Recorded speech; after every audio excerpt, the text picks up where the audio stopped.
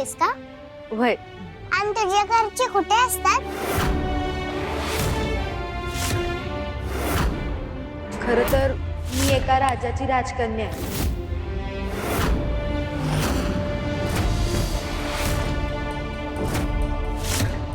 राजकन्या?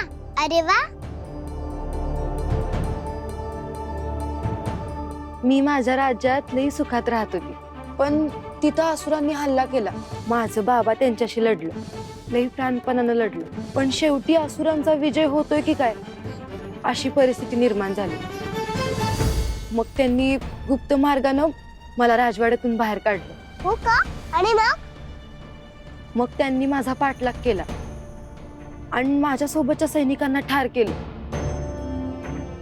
मग म्या लढली आणि त्या असुरांना संपून या गावात येऊन राहायला लागली.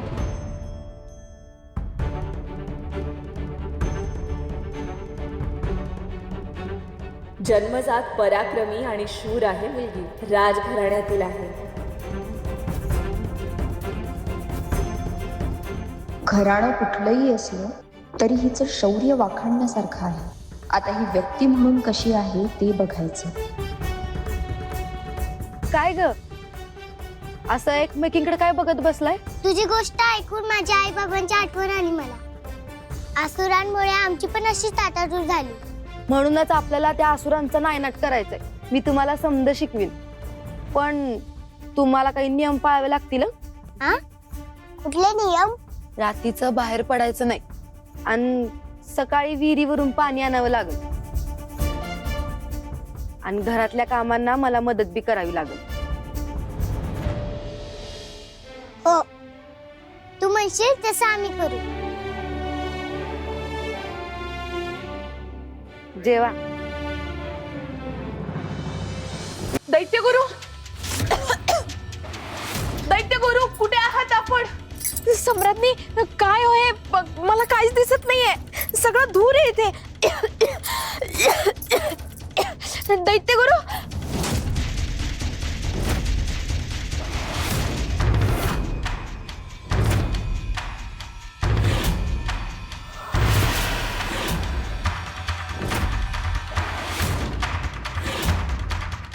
सम्राज्ञी, विडाल, दैत्यगुरु, दूर राहा त्याच्यापासून. हात लावू नका त्याला. दैत्यगुरु, म्हणजे आपण दोघं सुरक्षित आहात?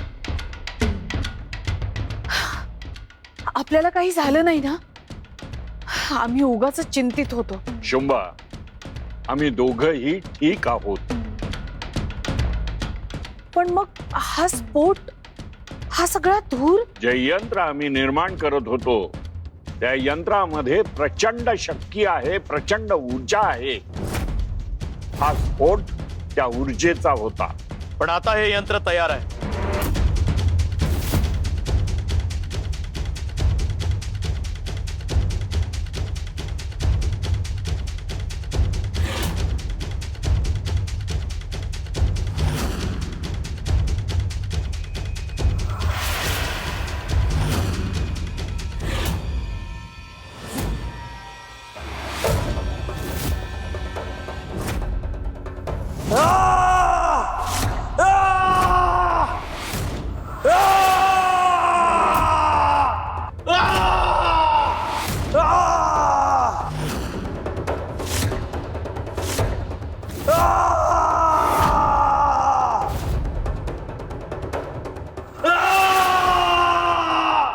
दैत्यगुरु, हे नेमकं काय होतंय? या यंत्राची शक्ती एवढी प्रचंड आहे की हे यंत्र धारण करणाऱ्याला प्रचंड त्रास होतो.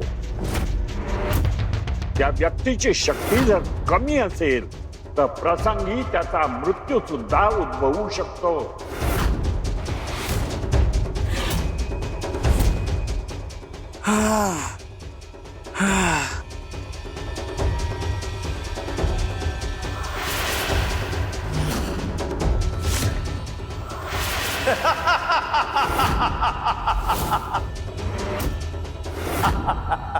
आता या यंत्राची शक्ती संतुलित झाली आणि हे यंत्र बिडाल आणि फक्त बिडालच वापरू शकतो. उद्या सकाळी मी त्या तुळजाच्या गावात जाऊन माझं काम सुरू करेन. आणि तुझ्या सोबत ही मनोरमा सुद्धा येणार. त्या गावामध्ये जाऊन बिडालला तू इत्तमभूत बातमी द्यायचीस. बिडाल, आता उद्यापासून आपला खरा डाव सुरू.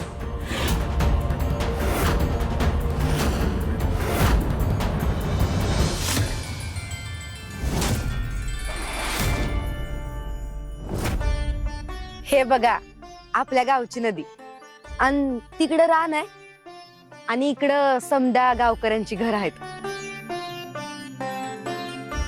लय भारी आहे ग तुझं गाव. होय, इकडं रानात ना रानभाज्या मिळतात, आपण तिकडूनच आणायचे. आणि तुम्हाला माहितीये का, इकडं वेगवेगळ्या प्रकारचा रानमेवा बी मिळतोय. तो गोळा करायचा आणि त्या बदल्यात तिखट, तेल, मीठ समजा आणायचं. मी आपल्यासाठी थोडं सरपण गोळा करते. बर.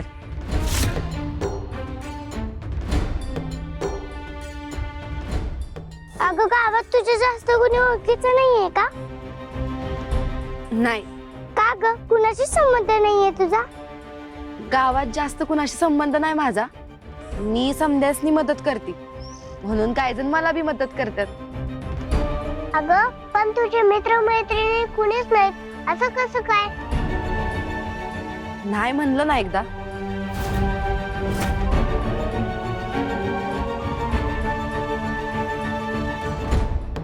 तुम्ही आता घरला जावा, माझं एक काम आहे ते मी करून येते. अगे एकटीच कुठं निघालीस? आम्ही पण येतो ना. नग, तुम्ही घरला जावा.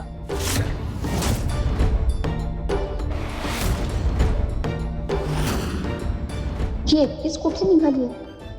नक्की काय लपवते आमच्यापासून? गावात हिची कोणाशी मैत्रीही नाहीये.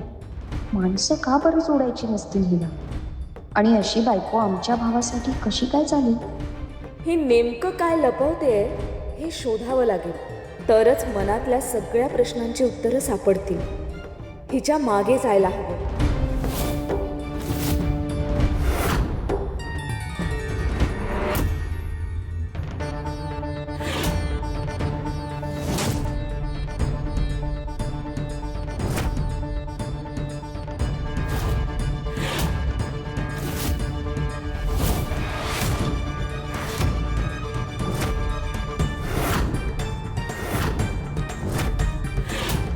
काय ग, काय झालं? खूप दुखते का?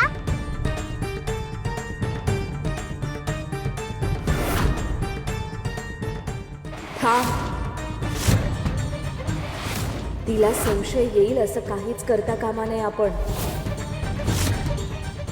आत्ता तू देवी नाहीस, लहान मुलगी आहेस, हे लक्षात ठेव.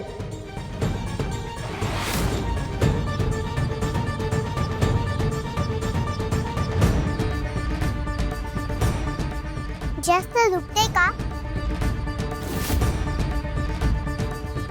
ही काठी घे आणि हिच्या आधाराने घरी चल.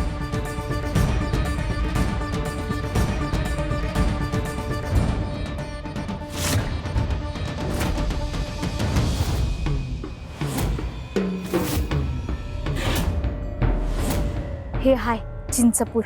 हे तुळजाचं गाव आहे. नक्की तुळजा आहे तरी कुठे? माहित नाही, पण ती इथं एका सामान्य गावकऱ्याच्या रूपातच राहते. ती कुठल्या रूपात राहते, कोणाच्या घरात राहते, काहीच माहिती नाही. कोणीच शोधलं नाही तिला. मी अण्णा भाजीनी एकदा प्रयत्न केला होता, पण आमचे प्रयत्न काही यशस्वी झाले नाही. आम्ही तिच्या अगदी जवळ पोहोचलो होतो, पण काय सगळंच फिसकटलं.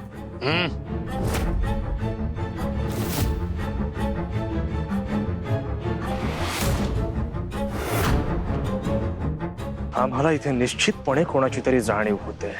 अघटिताचा आभास होतो. गावात कोणीतरी असुर शिरल्याचे हे संकेत आहेत. असुर त्यांचं अस्तित्व लपवण्याच्या बाबतीत खूपच चतुर झाले आहेत. त्यामुळे ही संवेदना असुरांविषयी आहे की भविष्यातील कशाची चाहूल, याचा आम्हाला शोध घेतलाच पाहिजे. आता तुळजाला शोधायची गरज नाही, कारण मी अशी परिस्थिती निर्माण करणार आहे की तीच आपल्या समोर नाक घासत येईल.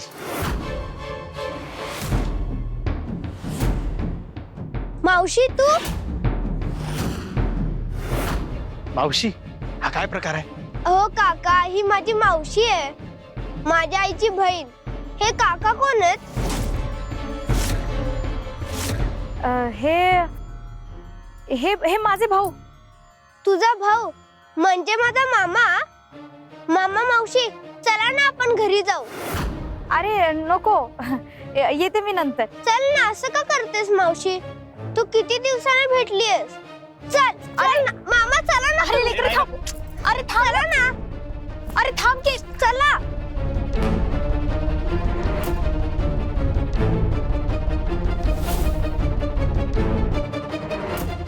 असुरांच्या अस्तित्वाची जाणीव तर झाली होती, परंतु हा काय प्रकार आहे ह्याचा शोध घ्यायला हवाच.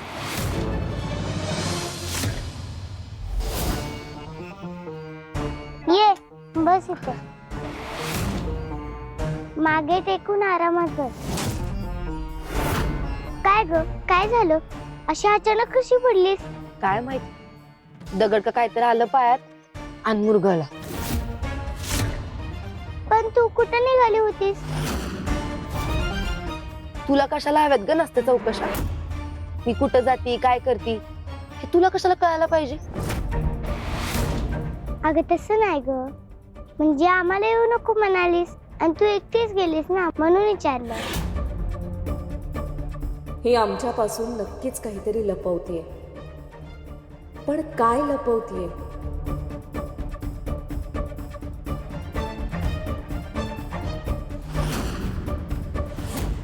हे घे पाणी पी,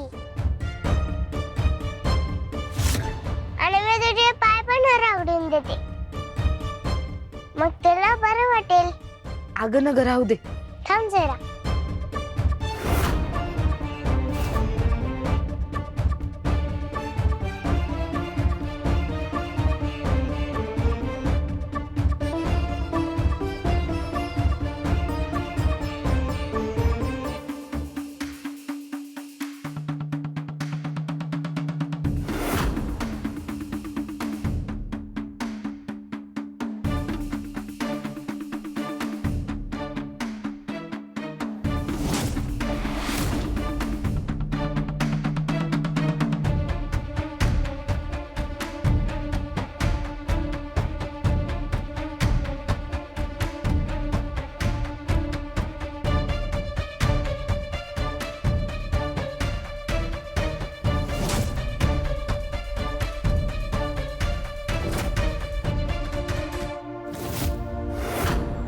किती दुखत होता माझा पाय आणि मुरगळला पण होता, पण अचानक बरा कसा काय झाला?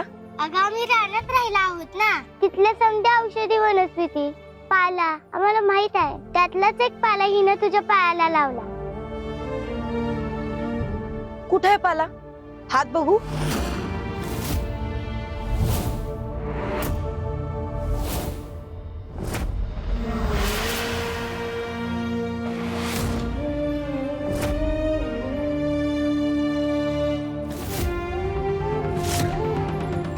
बघितलं, यामुळे बरं वाटलं तुला.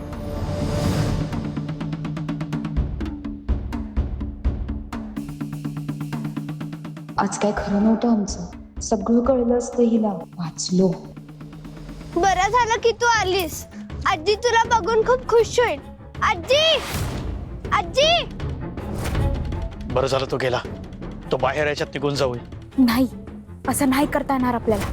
प्रल्हाद आता आज जाऊन त्याच्या आजी आणि बाबांना समजा सांगा, आणि मग ती लोक आपल्याला गावभर शोधत बसतील. अगं पण तेवढ्यासाठी आपण इथं थांबायचं का?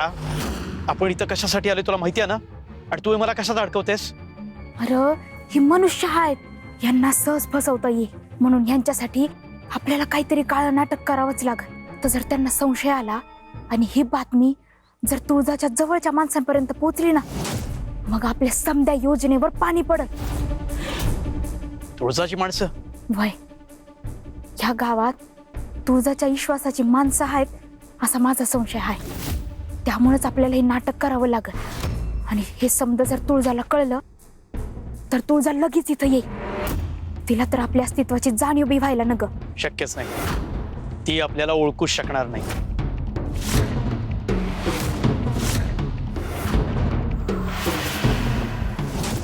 हा दैत्यगुरूंनी मंत्रून दिलेला धागा आहे देवांपासून आपलं अस्तित्व गुपित राहण्यासाठी. आणि जरी त्यांना कळालं तरी त्यांना समजणार नाही काय घडतंय ते. बरं, चला आज जाऊन त्यांना भेटून लगेच निघू.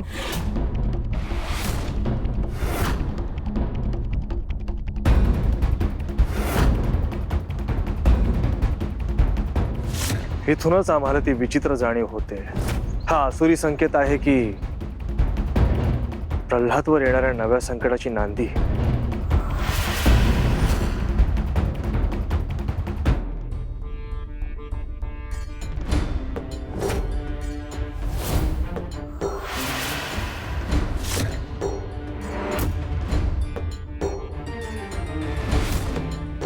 नाही काय, कामराणी कामात गुंतून गेली, ती इथे येणार नाही. आता आपल्याला आपल्या मूळ रूपात यायला हरकत नाही.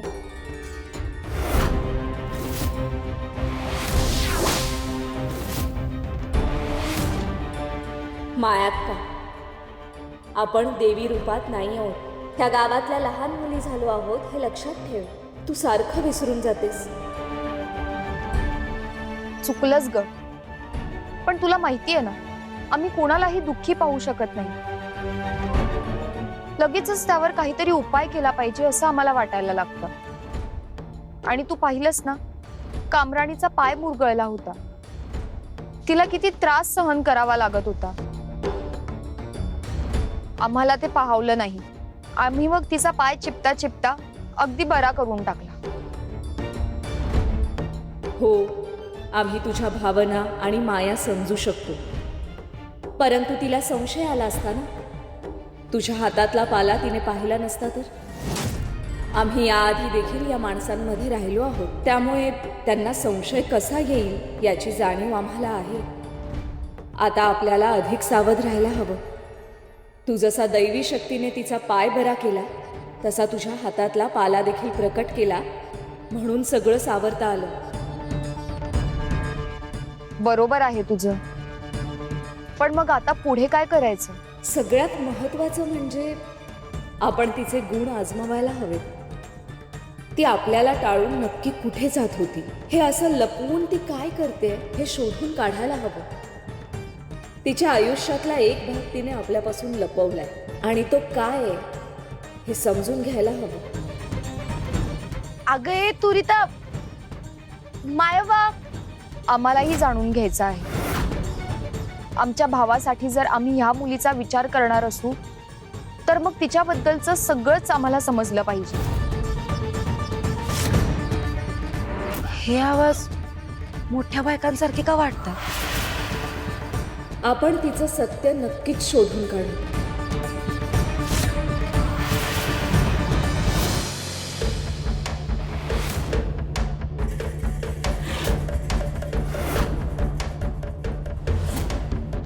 महादेव, काय झालं?